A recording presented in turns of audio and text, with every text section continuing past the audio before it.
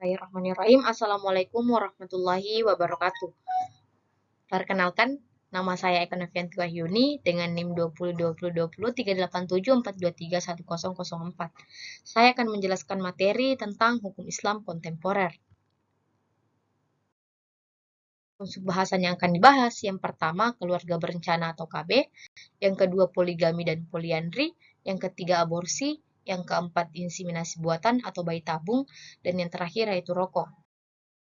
Nah, kita masuk pada bahasan yang pertama yaitu KB. KB adalah singkatan dari keluarga berencana. Menurut Kamus Besar Bahasa Indonesia, maksud daripada ini adalah gerakan untuk membentuk keluarga yang sehat dan sejahtera dengan membatasi kelahiran. Keluarga berencana adalah usaha untuk mengukur jumlah dan jarak anak yang diinginkan. Nah, adapun pendapat ulama, yaitu Majelis Ulama Indonesia atau MUI dalam fatwanya berfokus pada hukum vasektomi dan tubektomi sebagai salah satu cara yang digunakan dalam KB. MUI dalam keputusan Komisi Fatwa tahun 1979 mengeluarkan fatwa haram terhadap vasektomi. Alasannya, pemandulan secara umum dilarang dalam agama. Selain di Indonesia, belum ditemukan dan dibuktikan jika vasektomi atau tubektomi dapat disambung. Adapun dalilnya, dalam Quran Surah An-Nisa ayat 9, yaitu hendaklah orang-orang merasa khawatir jika meninggalkan sesudah mereka keturunan yang lemah-lemah yang mereka takutkan.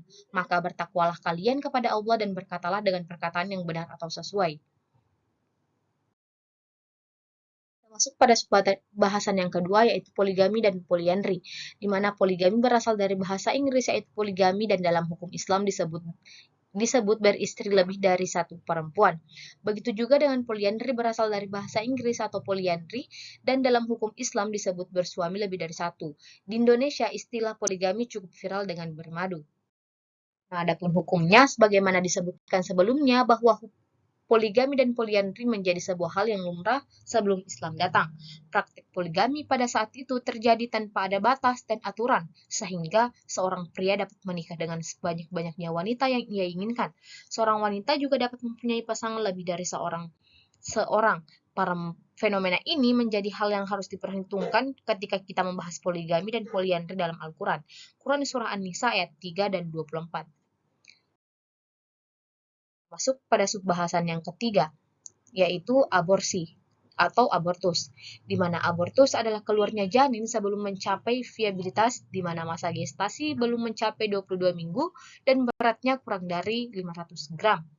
Abortus artinya melakukan pengguguran dengan sengaja karena tidak menginginkan bakal bayi yang dikandung. Dalam kamus kedokteran, istilah yang digunakan adalah abortus, yang berarti terhentinya kehamilan sebelum 28 minggu.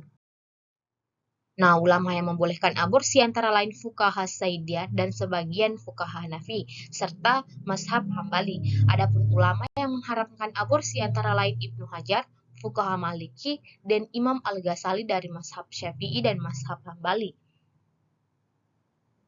Alasannya adalah ketika janin berumur 4 bulan ke atas atau sudah bernyawa, bahkan telah ada ijma, ulama mengharamkan aborsi. Namun pendapat terakhir disebutkan Muhammad Salam Madkur mengatakan bahwa perilaku aborsi diharamkan baik dalilnya yang artinya dan janganlah kamu membunuh anak-anakmu karena takut miskin. Kamilah yang memberi rezeki kepada mereka dan kepadamu. Membunuh mereka itu sungguh suatu dosa yang besar. Quran Surah Al-Isra ayat 31. Bahasan yang keempat yaitu inseminasi buatan atau bayi tabung.